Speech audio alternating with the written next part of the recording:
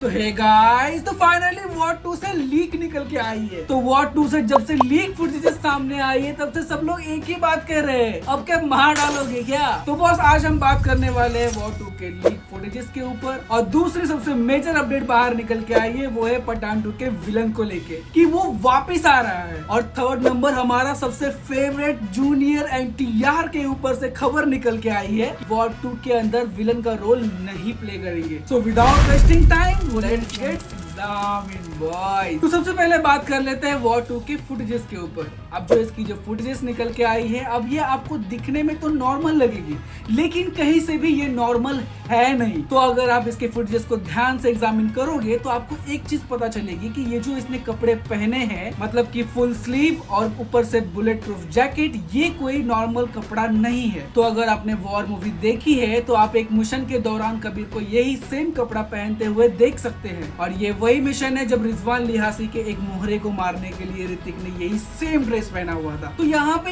एक चीज तो क्लियर हो जाती है बॉस, वो है कि यहाँ पे कहीं ना कहीं फ्लैशबैक की शूटिंग हो रही है। और यही फ्लैशबैक में हमें कहीं ना कहीं जिम और जूनियर एनटीआर का कनेक्शन हमें बिल्ड होते हुए दिखाया जाएगा। और ऐसा मैं इसलिए बोल रहा हूँ कि कर्नल लूथरा ने खुद इस बात को कंफर्म किया था कि जिम जो है वो कई बार कबीर के साथ मिशन पे जा चुका है। तो अब हम बात कर लेते हैं हमारे दूसरे क्वेश्चन की तरफ कि पठान का विलन यानी कि जिम ये कैसे वापस जिंदा हो जाएगा। तो बॉस देखो, यहाँ पे पठान की एंडिंग में हमें यहाँ पे एक चीज जो है वो क्लियरली नहीं दिखाई गई थी, वो है जिम की मौत। हमने उसे नीचे गिरते हुए देखा था बट मरते हुए नहीं दिखा। तो इसीलिए यहाँ पे ये हो सकता है कि इसे या तो जूनियर एनटीआर बचाएगा या फिर कर्नल लूथरा का कोई और एजेंट बचाएगा, क्योंकि हमें यहाँ पे अभी भी क्लियरेंस नहीं है कि स्पाई यूनिवर्स में कितने और एजेंट्स अवेलेबल है। या फिर यहाँ पे दूसरी पॉसिबिलिटी ये हो जाएगी कि उसे डायरेक्टली कम बैक करा दिया जाएगा। थोड़ा कंफ्यूजन तो है बट यहाँ पे मैं सही हूँ, क्योंकि जब मैं वॉर 2 के स्टार कास्ट को सर्च कर रहा था IMDb के ऊपर पे लिस्ट में यहाँ पे क्लियरली दिख गया कि पठान का विलन यानी कि जिम यहाँ पे हमें स्पेशल अपीयरेंस के रूप में दिख सकते हैं। उसके बाद बात आती है सबसे मेजर अपडेट यानी कि हमारे जूनियर एनटीआर साहब के बारे में। तो यहाँ पे बैड न्यूज उनके लिए निकल के आती है जो कि एनटीआर को एक विलन के तौर पे देखना चाहते थे। एक ऑफिशियल अपडेट के अंदर ये तो अब क्लियर हो चुका है कि जूनियर एनटीआर जो है अब वो स्पाई यूनिवर्स के मेन विलन नहीं होंगे, बल्कि जूनियर एनटीआर को अब ये एक एजेंट बना दिया गया है। अब ये सुनने के बाद मैं थोड़ा सा डिसअपॉइंट तो हो गया था बट इट्स ओके। अब यहाँ पे पॉसिबिलिटी ये हो सकती है कि जूनियर एनटीआर की जो फाइटिंग है वो ऋतिक रोशन के साथ होगी,